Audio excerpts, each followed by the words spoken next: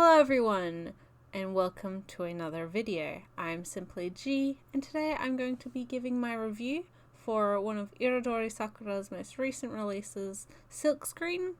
This doujin is part of the Sakura imprint, which focuses on LGBT characters and themes, and I have talked about Isaki Uta's work in the past on this channel, both with Leaper and Mine-kun is Asexual, which I loved both of those quite a bit. So I was very happy and excited when Iradori approached me and asked if I would want to review this particular book.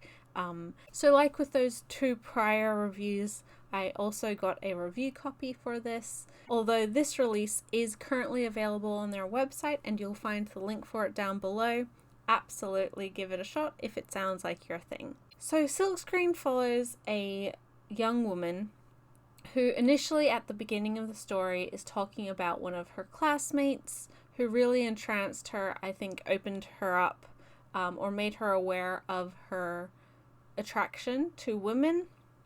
And she likened this classmate to very famous individuals, both fictional and not, who were young women who had a very masculine air or presented them in a masculine way, notably Oscar from Rose of Versailles, Sailor Uranus from Sailor Moon, Princess Sapphire from Princess Knight, and Joan of Arc. So there's quite a few, there's additional ones to that as well, but you can see a sense of her wanting to find this princely girl who would save her from her pretty terrible home life.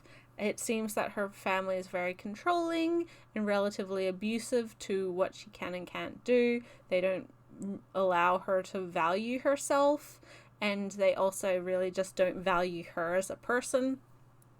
This isn't a super long little book, about 40 pages, and follows this young woman after she's left high school, after this initial relationship and realization of her sexuality in high school, which we get more of an implication of rather than a full exploration, because we then jump to when it's a couple years later. She's now out of university.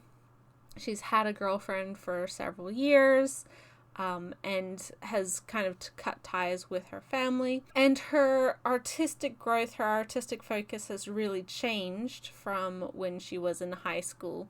And after a chance meeting with this classmate, once again, while she's out about on the town, she's kind of a little bit upset with her current girlfriend.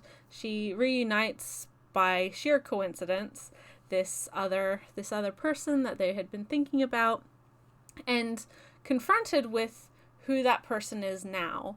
And so we see how the two in high school weren't really able to communicate or understand each other, and because of that, they very quickly, their relationship and their friendship even kind of fell apart. And the impact that it's had on our protagonist's art and how she perceives her artwork and how she perceives the world through her artwork, or doesn't perceive the world through her artwork, has changed a lot as well. In the author's notes, Isaki Uta sensei noted that they started this doujin as a yuri, to which I would say it did evolve past that, because notably this isn't this isn't a typical yuri. I wouldn't even say it is a yuri, namely because in a similar sense to Mine-kun is asexual, it's exploring a queer identity that is a little less recognized,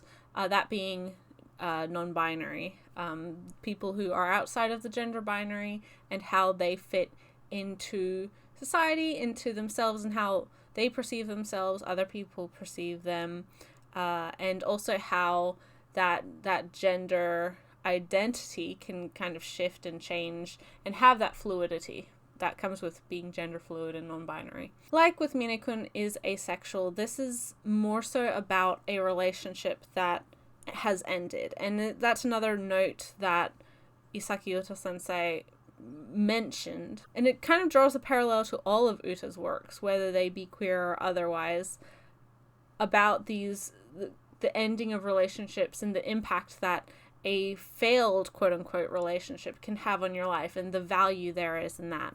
It's really well done. It's another one that, as I said, I was very excited for when they announced this, and I was not disappointed. Like with Minekun is asexual, we're seeing the representation from an outside viewer. Our protagonist is not the one that is non-binary. So there is the possibility that may annoy you, that our protagonist isn't that we're seeing a third-person perspective of this particular identity. But I don't think that that's a huge negative impact on the overall on the overall story. I think there's a lot of value and it's done really, really well regardless. I also wanted to note yet again that like with all of Iradori's works, whether they be for Iradori Aqua or Sakura or anything, right?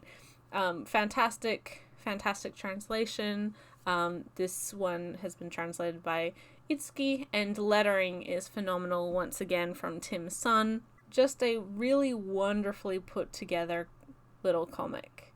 Isaki Uta's art style is very beautiful, very light, very fine, and really captures the delicacy of some of these situations with a very, very light touch, and I appreciate that. It's a very versatile art style that manages to capture the atmosphere in every scene, and despite being a relatively short comic, as most doujin are, you really get a feel for all of these characters, for the situation that they're in, and Uta always manages to make things incredibly relatable, even if you are outside of the particular community, identity, whatever it may be that they are representing.